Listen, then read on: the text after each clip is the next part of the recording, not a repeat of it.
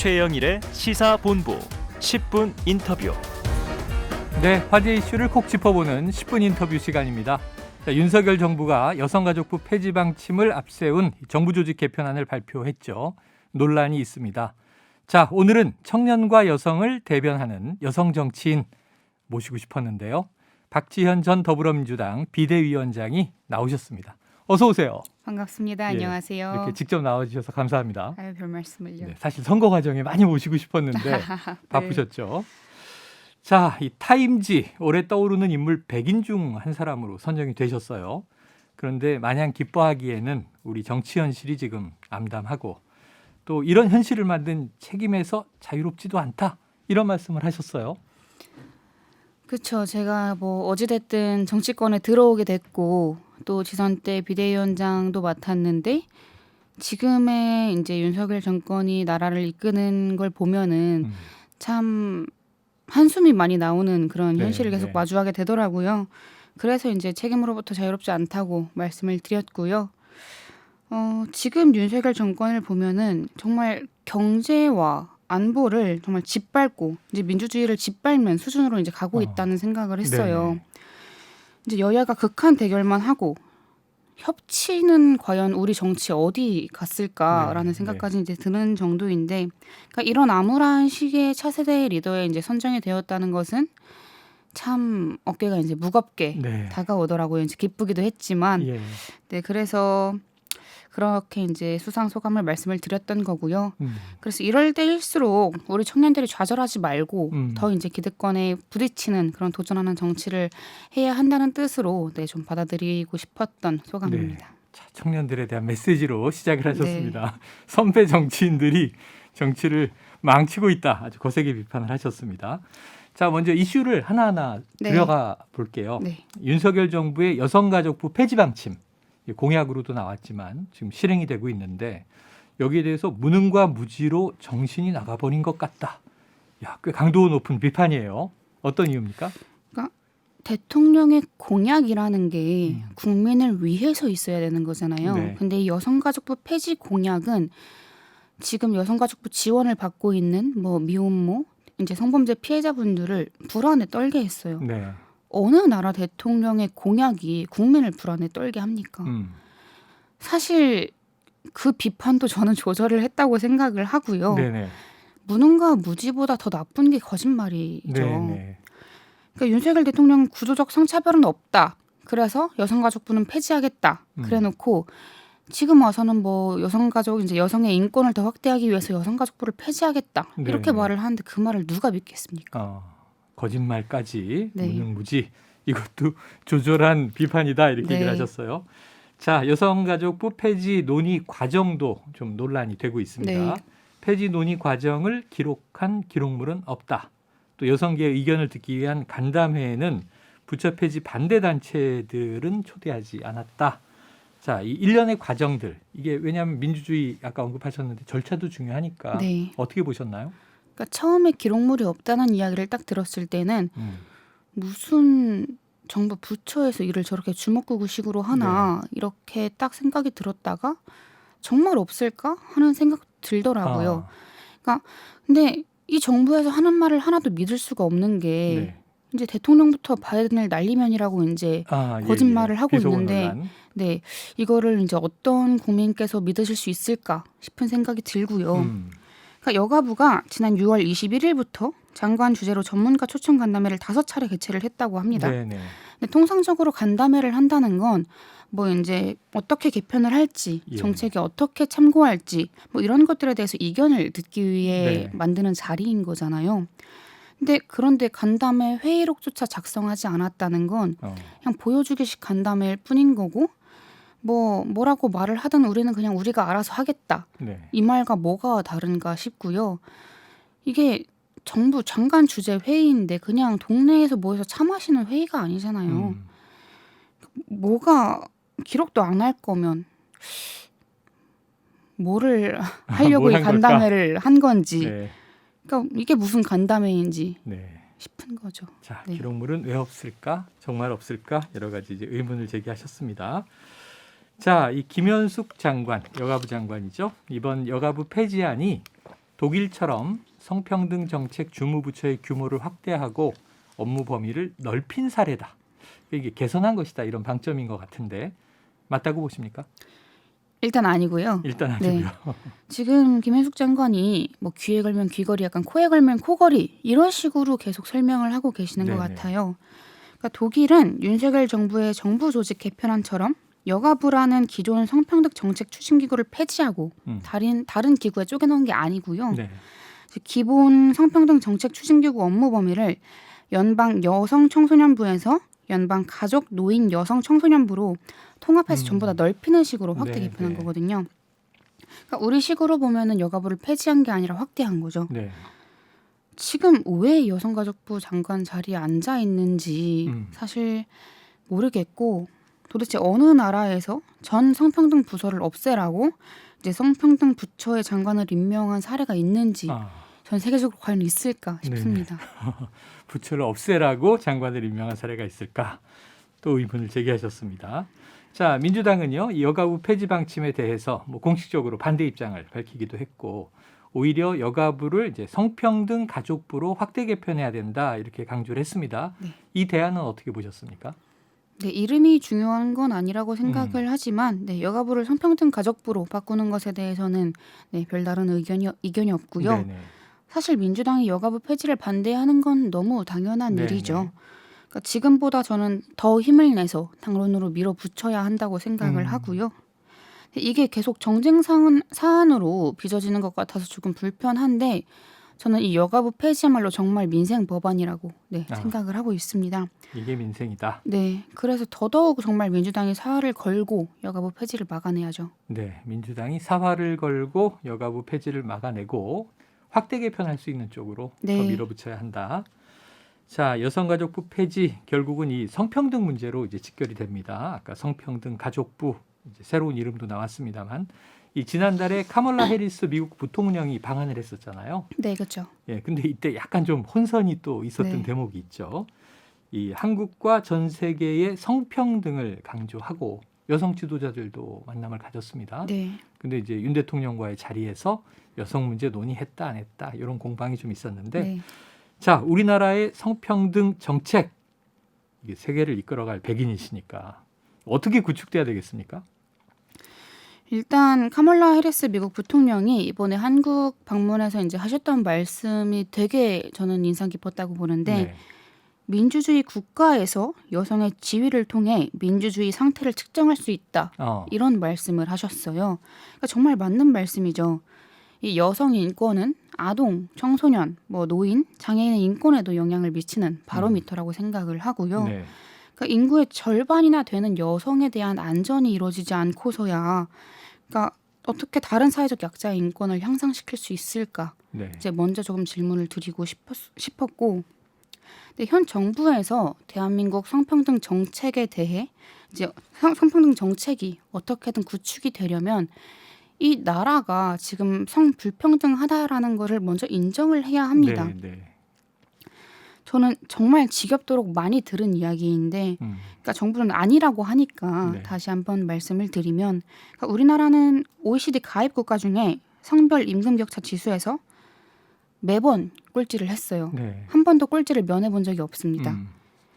1996년도에 이제 OECD 가입을 했는데 제가 1996년생이거든요. 그렇습니까? 네, 네네. 제 나이만큼 제가 태어난 이후로 꼴찌를 면한 적이 이제 한 번도 없는 거죠. 뭐 유리천장 지수도 이제 10년째 꼴찌인 걸로 알고 있고요.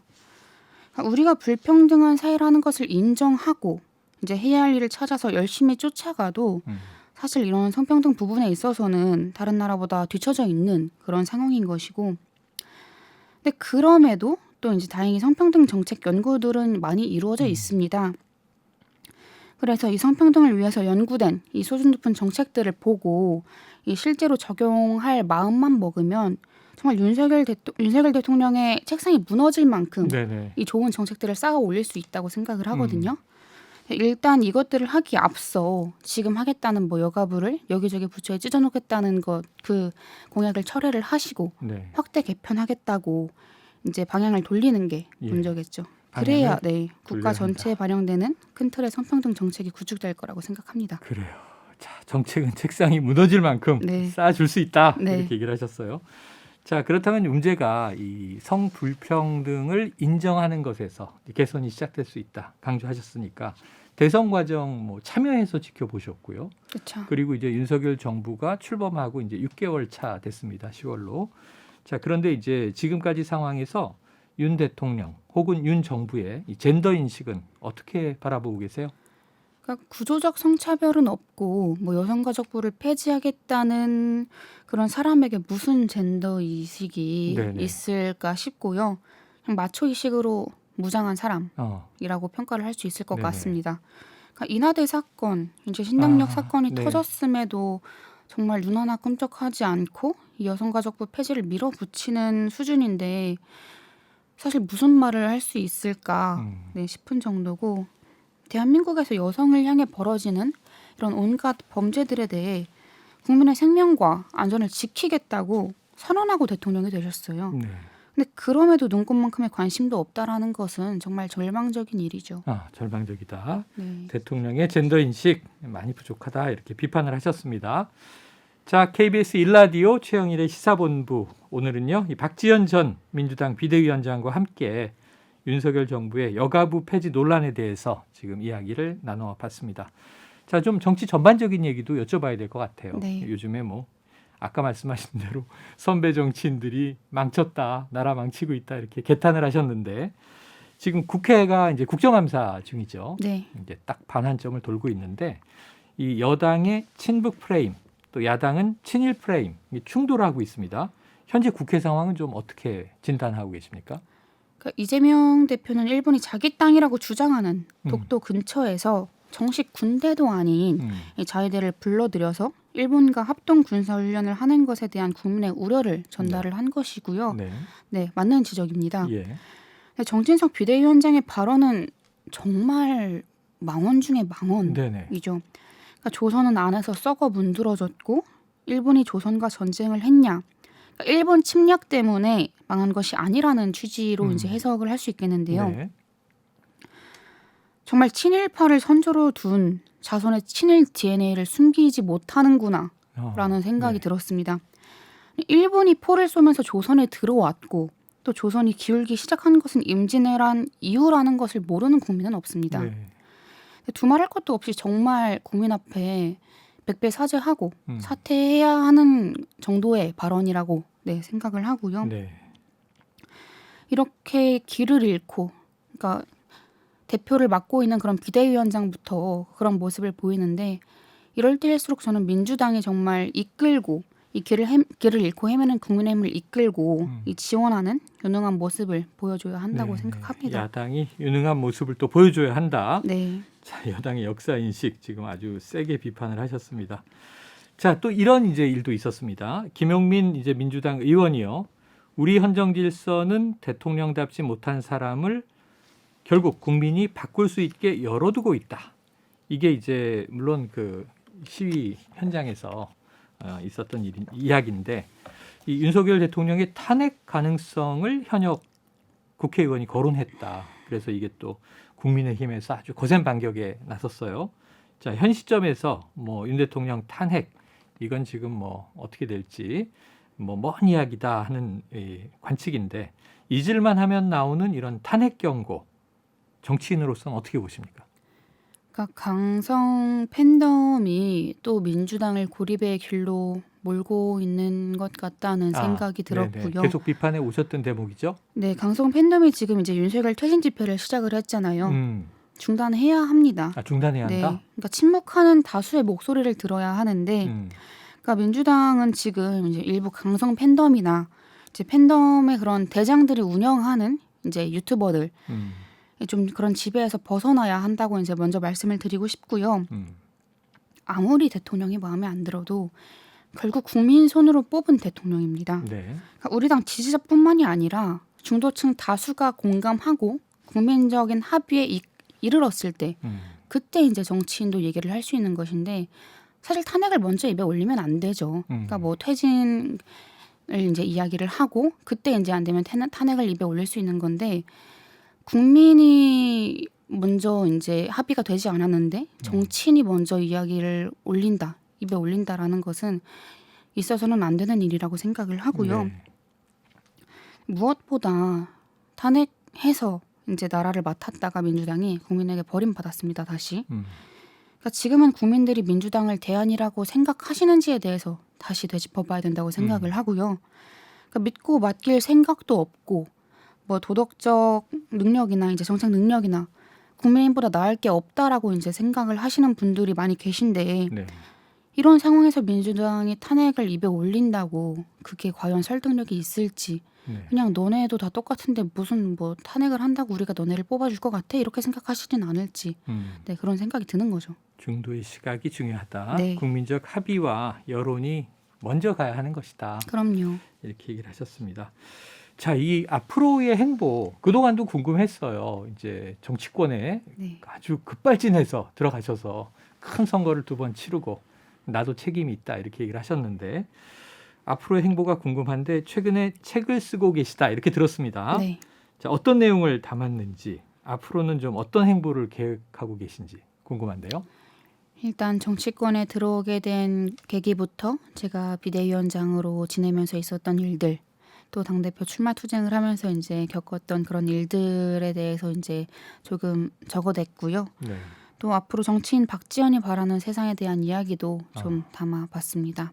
그러니까 개인적 서사보다는 청년이 바라는 그런 우리 시대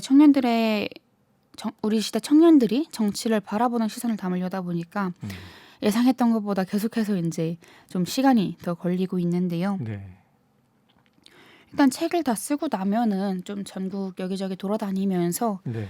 많은 분들의 이야기를 들어보려고 합니다. 아, 정치적으로는 뭐 어떤 길을 갈지 아직까지는 고민 중에 있고 조금 더 시간을 두고 천천히 고민을 해보려고 하고요. 이제 확실한 거는 세대 교체를 이루는데 어떤 형태로든 앞장을 설 생각입니다. 세대 교체. 네, 자, 청년들이 이제 또 주도하는 세상 책에 일단 담길 것 같아서 책을 한번 읽어보고 네, 궁금한 게 있으면 또 모실게요. 알겠습니다. 그래서 어떤 세상을 꿈꾸시고 어떤 이제 활동을 하시려는지도 앞으로 들어볼 기회를 갖도록 하겠습니다. 자, 궁금합니다. 지금 새로운 정치해야 될 텐데, 자, 책 출간 기대하면서요. 오늘 이제 현실 정치 좀 국민들이 국정감사 보면서도 답답해 하는데 여러 가지 또 속 시원한 얘기 들려주셔서 고맙습니다. 오늘 고맙습니다. 감사합니다. 네. 자, 지금까지 박지원 전 더불어민주당 비상대책위원장이었습니다.